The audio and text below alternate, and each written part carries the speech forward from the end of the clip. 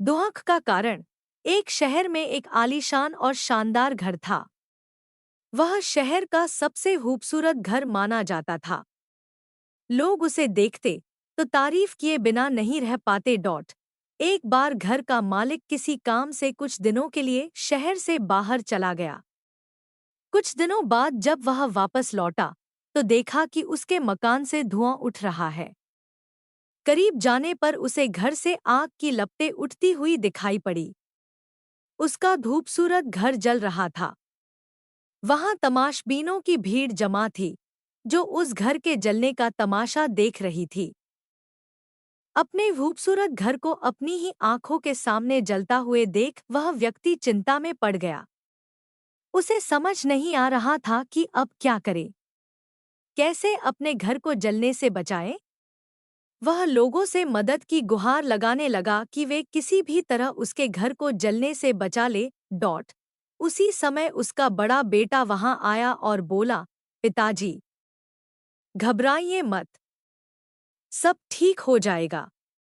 इस बात पर कुछ नाराज होता हुआ पिता बोला, कैसे न घबराऊं? मेरा इतना खूबसूरत घर जल रहा है। बेटे ने उत्तर दिया, पिताजी, माफ कीजिएगा, एक बात मैं आपको अब तक बता नहीं पाया था। कुछ दिनों पहले मुझे इस घर के लिए एक बहुत बढ़िया खरीदार मिला था। उसने मेरे सामने मकान की कीमत की 3 गुनी रकम का प्रस्ताव रखा। सौदा इतना अच्छा था कि मैं इनकार नहीं कर पाया और मैंने आपको बिना बताए सौदा तय कर लिया। ये सुनकर पिता की जान में जान आई। उसने राहत की सांस ली और आराम से यूं खड़ा हो गया जैसे सब कुछ ठीक हो गया हो। अब वह भी अन्य लोगों की तरह तमाशबीन बनकर उस घर को जलते हुए देखने लगा। तभी उसका दूसरा बेटा आया और बोला, पिताजी, हमारा घर जल रहा है और आप हैं कि बड़े आराम से यहाँ खड़े होकर इसे जलता हुआ देख रहे हैं। आप कुछ करते क्यों नहीं? बेटा, चिंता की बात नहीं है। तुम्हारे बड़े भाई ने ये घर बहुत अच्छे दाम पर बेच दिया है। अब ये हमारा नहीं रहा, इसलिए अब कोई फर्क नहीं पड़ता। पिता बोला। पिताजी, भैया ने सौदा तो कर दिया था, लेकिन अब तक सौदा पक्का नहीं हुआ है। अभी हमें पैसे भी नहीं मिले हैं। अब बताइए, इस जलते हुए घर के लिए कौन पैसे देगा? यह सुनकर पिता फिर से चिंतित हो गया और सोचने लगा कि कैसे आग की लपटों पर काबू पाया जाए।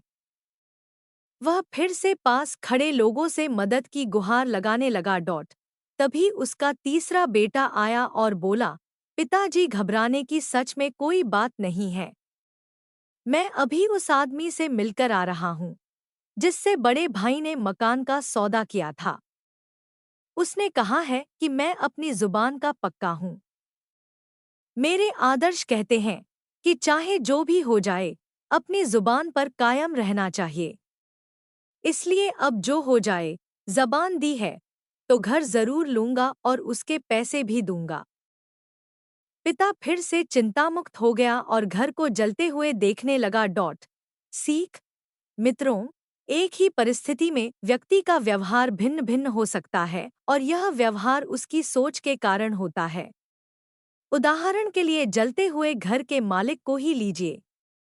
घर तो वही था जो जल रहा था, लेकिन उसके मालिक की सोच में कई बार परिवर्तन आया और उस सोच के साथ उसका व्यवहार भी बदलता गया। असल में जब हम किसी चीज से जुड़ जाते हैं तो उसके छिन जाने पर या दूर जाने पर हमें दुख होता है।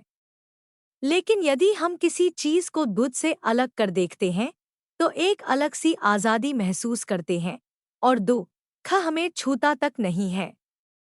इसलिए दुखी होना और ना होना पूर्णतः हमारी सोच और मानसिकता, माइंडसेट पर निर्भर करता है। सोच पर नियंत्रण रखकर या उसे सही दिशा देकर हम बहुत से खोड़ और परेशानियों से न सिर्फ बच सकते हैं, बल्कि जीवन में नई ऊंचाइयां भी प्राप्त कर सकते हैं।